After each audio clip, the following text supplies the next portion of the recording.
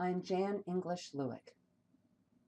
This YouTube video series profiles workplace anthropologists whose work directly influence their own workplace processes. The video series is part of a workshop in the Business Anthropology Matters initiative. As people increasingly spend their waking hours at workplaces, anthropologists need to understand those experiences. The practitioners profiled here have used anthropological skills to access, document, analyze, and relate the lives of workers and the businesses that employ them. Organizations employ anthropologists to understand a variety of worker-related issues within organizations, ranging from design to strategy. These interviews explore the practical, theoretical, and ethical issues that must be resolved to do workplace anthropology. Absolutely. So I did my undergraduate research, or my undergraduate degree initially at Texas State University. Not quite sure what I wanted to do. I thought I wanted to go into med school, and I learned that anthropology was one of the most sought after undergraduate degrees for med school. So I shifted over into that, and then I discovered medical anthropology, and I studied under Dr. Emily Brunson for a while there, and realized, like, wow, this is the kind of thing I want to do. She showed in class one time in the intro to medical anthropology deal a 60-minute segment on Dr. Paul Farmer and the kinds of stuff that he's doing in Haiti and in Africa. And I was just like, wow, this is exactly the kind of thing that I want to be involved with. So I ended up sticking around and doing a master's degree there at Texas State also because I really liked Dr. Brunson and the faculty that we had and thought that they provided just a really good degree of encouragement to go after all kinds of different things you might want to look into. My specific interest was within military medicine, and due to, like, military history has always been something that I've been very, very interested in. And I noticed kind of as we have developed better and better body armor and medical techniques that we use, like in the field, more and more troops are surviving injuries that in previous wars would have just killed them outright. So we have people coming back home that have much, much worse injuries than people have really dealt with in the past. Like, people losing 2 legs at the hip due to like an IED, improvised explosive device, or like a roadside bomb in Iraq, but they come back here and they survive. Well, what does that do to somebody's life? So that's what my master's thesis really looked into, is the experience of combat veterans who had lost limbs throughout that recovery process and the reconstruction of identity, and how those prosthetic technologies that they added to their bodies, what did that do to their sense of self and usefulness? It was kind of tough to find people to study, of course, anthropology, tending to be a bit more one of the more liberal arts. We didn't have a whole lot of connections in with the military, so it was difficult finding people to talk to. But fortunately, San Antonio Military Medical Center was just down the road. Texas State University is in San Marcos, Texas, which is just 30 miles north of San Antonio, which is where that is. And so I was able to find some people who did actual they would take these people who'd lost legs and they would take them kayaking, whitewater kayaking, because it's a sport that you can do and you can be completely competitive in, legs optional. They didn't need any of that. So I met a bunch of really, really great people through that, heard some like truly inspiring stories, watched people as they went through that recovery process, and then as they would try new different types of legs and braces and that sort of thing, and what that did for their life outside of just their job or their basic physical abilities, what it did to their sense of mobility, independence, all of these things, and all of the problems that it helped solve, like marital issues just suddenly dissolved away in some cases. It was pretty fascinating stuff. I actually was kind of pulled toward this job before I graduated. We had a new faculty member at the time, Dr. Monica Shaxpana, who had come in, and she had done work previously with the UPMC up in Baltimore, I think, and she knew some people who were doing a sort of applied, it was a senatorial briefing regarding the Liberian Ebola outbreak epidemic sort of thing that was going on, and it was just supposed to be talking about the kind of the sociocultural dimensions of that. And so I kind of worked just over the internet. I was kind of the culture component. Like, she kind of did all the more epidemiological looking stuff, and we talked a bit about othering and some of the problems that could be inherent in talking about characterizing all Liberians as perhaps having Ebola. here in the media, it kind of blew up into being a much bigger deal than it was as a practical concern. And so we were just kind of cautioning against, might want to tone some of that stuff down if at all possible. Don't buy into it, because we really don't want, throwing another worse perception upon that specific group, and a number of other things. Anyway, it was a pretty good hit, and it actually ended up getting published. And apparently Monica was a friend of now my current boss, Dr. Carrie Fosher, and Carrie Fosher's research team here at Marine Corps University was looking for a new researcher. They had just lost one, and were looking for somebody, a social scientist, to bring on. And so the emails kind of went out, and I just walked into it was a faculty just a department meeting one day of kind of the cultural part of the cohort. And my advisor was just like, you need to go talk to Monica right now. She might have a thing. Like, I don't know what it is. Just go talk to her right now. So I went down and ended up a couple days later getting a phone call and just kind of talking to some different people. And it was sort of weird. I wasn't sure if I had a job, didn't have a job. Just that's the way it works in contracting. Like, sometimes they'll be able to get the person they want. They're not totally sure. And then a couple months later, I just got a phone call from the program manager of the part of the contract that I now work for, basically saying like, hey, look, we're told that you might be interested in this sort of thing. Let's have a conversation. And if it sounds good to you, you're hired. When can you start? So that was actually technically before I graduated. I ended up walking, and then 3 days later, I drove across the country from Texas to Northern Virginia, and been here ever since. Well, there are no two identical days. It's very, very interesting. It kind of comes in waves.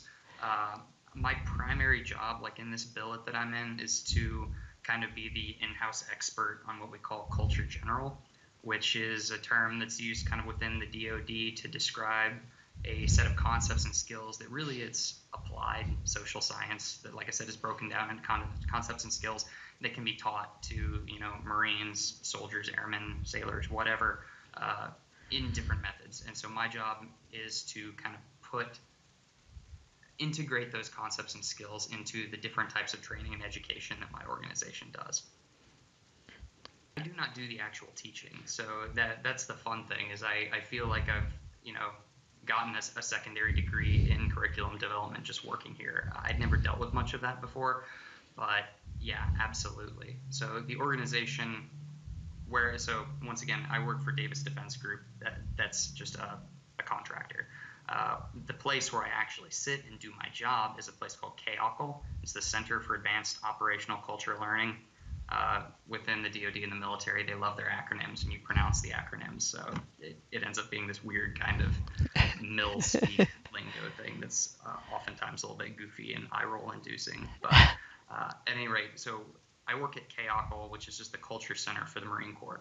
The different branches of the military have their own culture centers, but we're one of the only ones that really have kind of an indigenous field research, social science research capability built in. And so under CAOCL, we're the Translational Research Group, and we kind of work on stuff that's inside the organization, like I said, helping to integrate concepts and skills into the training side and the education side of the organization, but then we also do external research. Are you familiar with like the kind of training education dichotomy there? So the way that, in my experience, the DoD, military, government, they tend to divide learning into training and education. Training is so the Marine Corps is very good at training. They've been doing training forever. Training is you take this rifle, this is how you shoot it, this is how you put rounds downrange, this is how you take apart this radio, this is how you land a helicopter, that kind of thing. Training is stuff you do, and it's usually in person right there. Education tends to span longer distances. So one of the best ways to illustrate this would actually be talking about how we do it at CAOCL. For the education side, which is what I mostly work with, it's what they call the RCLF program. It's Regional Culture and Language Familiarization Program. So every Marine, career Marine that they call, so that's all officers or enlisted troops, once they hit the rank of sergeant, which is like the 5th rank, E5 they call it, they will be assigned a region of the world. There's 17 regions. Honestly, nobody knows why it's 17 regions. Somebody at one point decided that there would be 17 regions. So that's how we started out, at least. And they're given a chunk of curriculum. So they're taught about, what countries are there, what are some of the cultures, some of the people who live there, some of the history, that sort of thing. And then there's also like I said, culture general component, which is that applied social science. The idea is to get them to be able to think about the things that are going on rather than just like learn what's happening. Also, the idea is that if they're ever deployed there in any kind of like combat situation or any type of a humanitarian assistance, disaster relief type thing, conflict causes change. They need to have those skills to be able to figure out what's going on as they go, rather than rely on potentially outdated information from a training brief that they'd gotten 2 years before. So that program, they do a block every time they want to get promoted. So currently there are 4 different blocks that they deal with. 5 really. The first one's supposed to be kind of at their basic training, but that's more like, hey, this is what the program is. They don't get a whole lot out of that particularly. But after that, they're going to the first 2 blocks, they learn about their little region, and then it blows up into like being focused on what's called a COCOM. The military divides the world into combatant commands. So there's like AFRICOM, that's all of Africa. EUCOM is Europe, but it's weird because it also includes Israel. Sometimes different nations are in multiple COCOMs. So anyway, it blows up to that larger scale, and we start talking about more global issues, more international relations type stuff in some cases. Whereas the training side, so like I said, that is kind of career long. They'll be doing that stuff from the time that they're a lieutenant, officers at least from the time they're a lieutenant to when they're a lieutenant colonel, which is a good bit higher. It's lieutenant, second lieutenant, first lieutenant, captain, major, lieutenant colonel. The education side of things, though, that is kind of almost what we call like just-in-time training. Say there's, a battalion that's about to deploy over to, the Middle East area, or if they're going to go on a rotation down in South America, our organization will send specific people out to give a brief on that area. And sometimes like they'll just fill like a big hangar bag full of Marines and just be like, all right, sit here for 6 hours and you're going to learn about the people that in these countries that you're going to go and deal with. And we've observed some of that. It's very interesting stuff, but those are kind of the 2 different services that we're able to provide the Marine Corps as of right now. Now, some of the other people in the translational research group, there are 5 of us as far as researchers.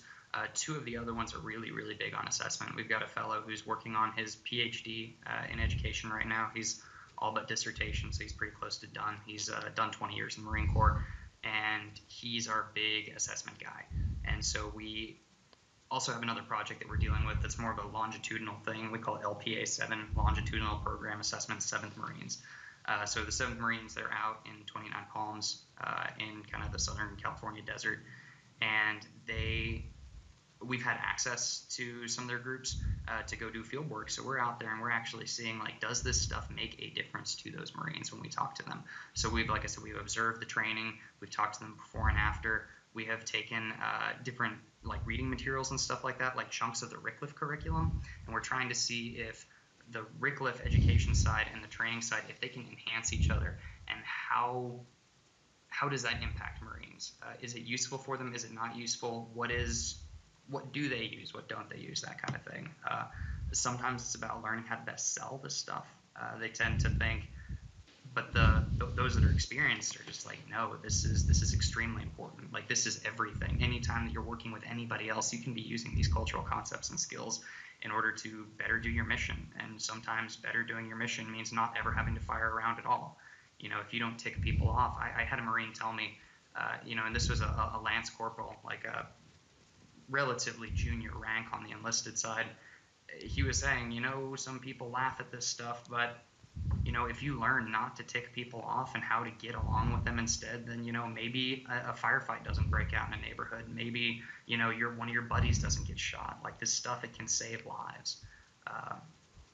So really, we try to capture that and figure out how to convey that to other Marines. We often, as, the social scientists, are interpreted as being, the eggheads who don't know anything about what's out there. Well, I would say we don't claim to know anything. That's why we go out into the field and try to talk to Marines whenever we possibly can and find out how this stuff really can help. Not just the Marines, but everyone around them. Well, oftentimes getting some of this research off the ground to begin with is a bit of a success story. The fact that my boss and a couple of other people within our research group have been there for a bit longer, developed good relationships with people, and that's how we were able to get out there and do that Seventh Marines project. That's still ongoing, mind you. We spoke to them before they started to do their spin up for training.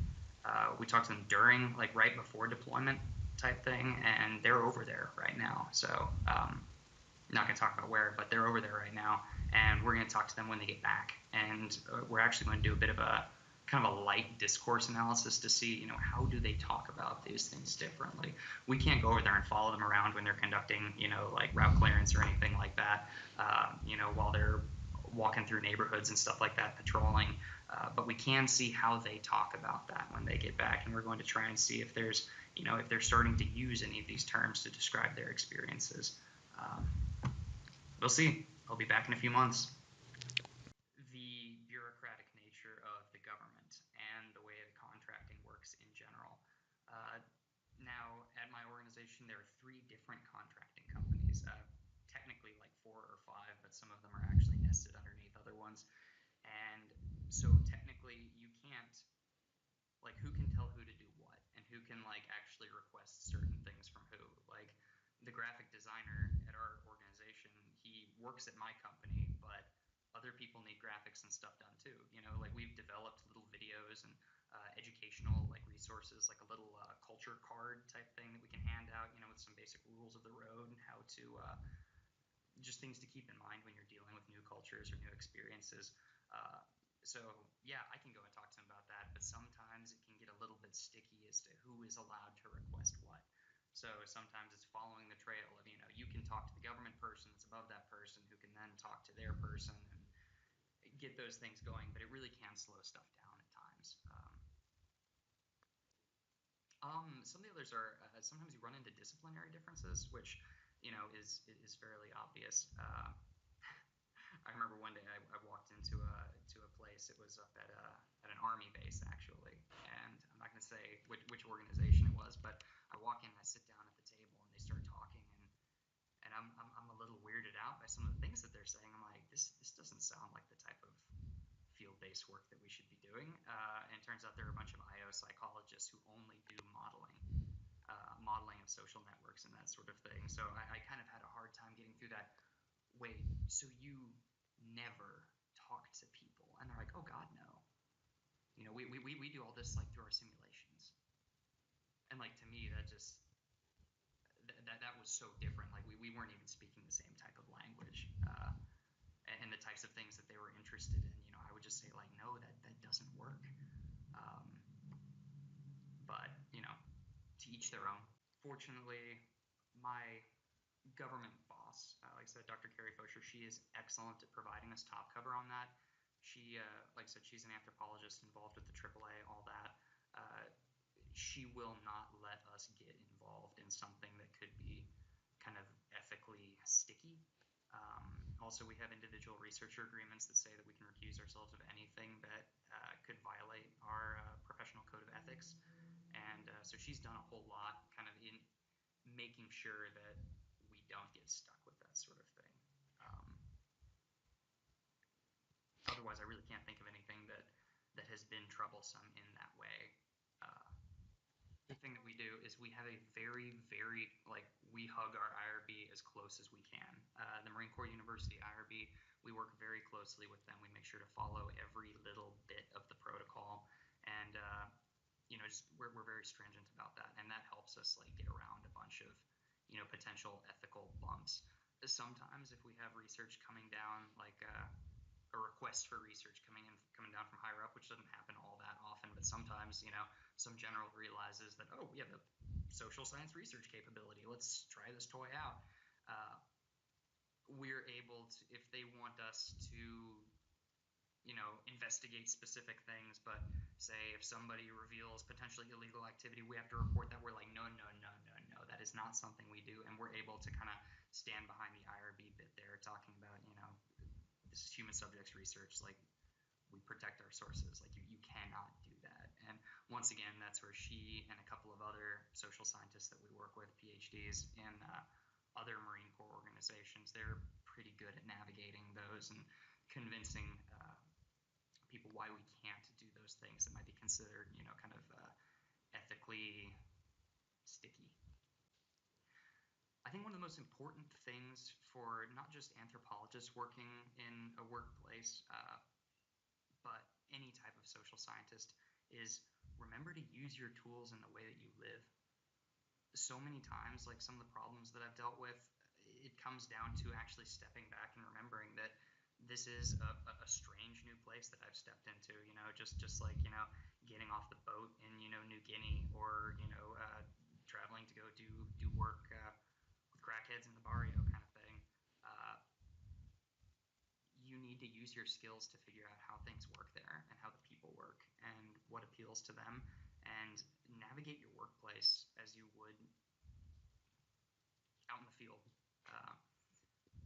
I've seen people who are supposed to be, excellent communicators, get jammed up just dealing with another person. Like, they can teach the subject very well, but then, sometimes you get upset about things and you forget to practice what you preach, really. And I think that sort of thing, practicing stuff like perspective taking, stepping back, asking good questions, really trying to understand the situations that you're dealing with rather than just be right, that is extremely crucial. And it can really, really help, especially in large bureaucratic institutions. It can take your frustration and just kind of turn it into an odd sense of wonder at how it even works in the first place. Okay, that sounds great. I looked at your interview guide before, and I jotted down some notes on some different things that I might want to touch on. And there was one other deal. You asked about what are the disciplines of the other people that I work with. Now, within the translational research group, we've got we got a cultural geographer, PhD. In the past, we've had political scientists. We've got some international relations folks, some assessment people, some education people. And I would say that one of my favorite things about where I work is the fact that we all come together on each other's projects, and we all throw darts at it and try to figure out, where the holes could be, how we might do things differently, bringing up other suggestions. And your coworkers from other disciplines can be your greatest assets, because they will take what anthropology has taught you, and they can just like crank that aperture way open, and you can learn so much more and become so much more effective. I worry, like in the discipline, that some people, they just stay within their own department and within their own lanes and say, oh, that's a psych thing, I wouldn't touch that, or oh, that's a political science thing, I wouldn't touch that. You need to get involved in whatever you can and apply these tools, because other people, it comes down to personalities to a degree. Yeah, you're taught certain tools, but the way that you use them and the way that other people are going to use what their disciplines gave them might be completely different, and you can learn so much just from working with those other people and being open to new ways of doing things.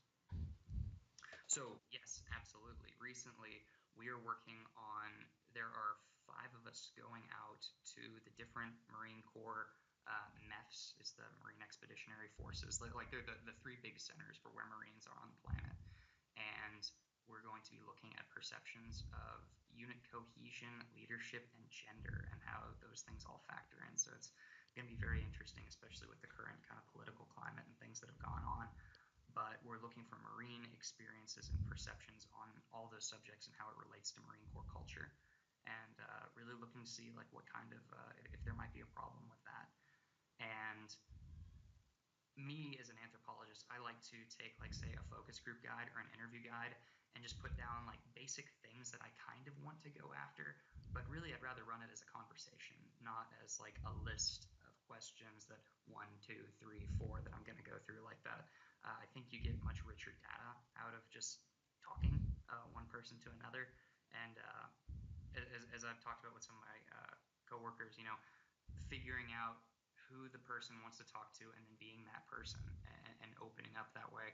And to me, an interview guide that's really, really detailed gets in the way of a lot of that. However, we have a PhD sociologist who's leading this thing right now, and she really, really, really likes that structure. And I was having some problems with it, saying like, guys, people are going to get lost in this. We're going to get lost in the mud, and Marines aren't going to want to open up. They're just going to think that we're there, cheap social scientists with a list of questions, and that's all we're concerned with. I would rather convey that we're concerned with what the Marines are doing. However, when I spoke with my boss, Carrie, who, like I She's a PhD anthropologist. She was kind of identifying with me, saying like, yeah, I get you just want to go out there fast and loose. I would want to do the same thing and really get to the data out there and really get into it with them. But on the other side, the super structured side, what that actually gives us is the ability that if we come back with results that people aren't comfortable hearing, like saying like, yes, you do have a serious problem, and they ask us, well, how did you know that? How did you figure that out? Where's the evidence? We can't just say, well, we had conversations and talk about, how ethnography works and how you code for meaning and that sort of thing. They like to see that structure. So if we can actually go back to the 3.5-page long interview guide and say like, look, this is where this stuff came from, our reports can hold a bit more weight. And I hadn't thought about that before, but it's like, yeah. So here's showing how something that I thought would be a disadvantage to us can save us a lot of heartache much further on down the line. And that was literally yesterday that happened. So, learning new stuff every day.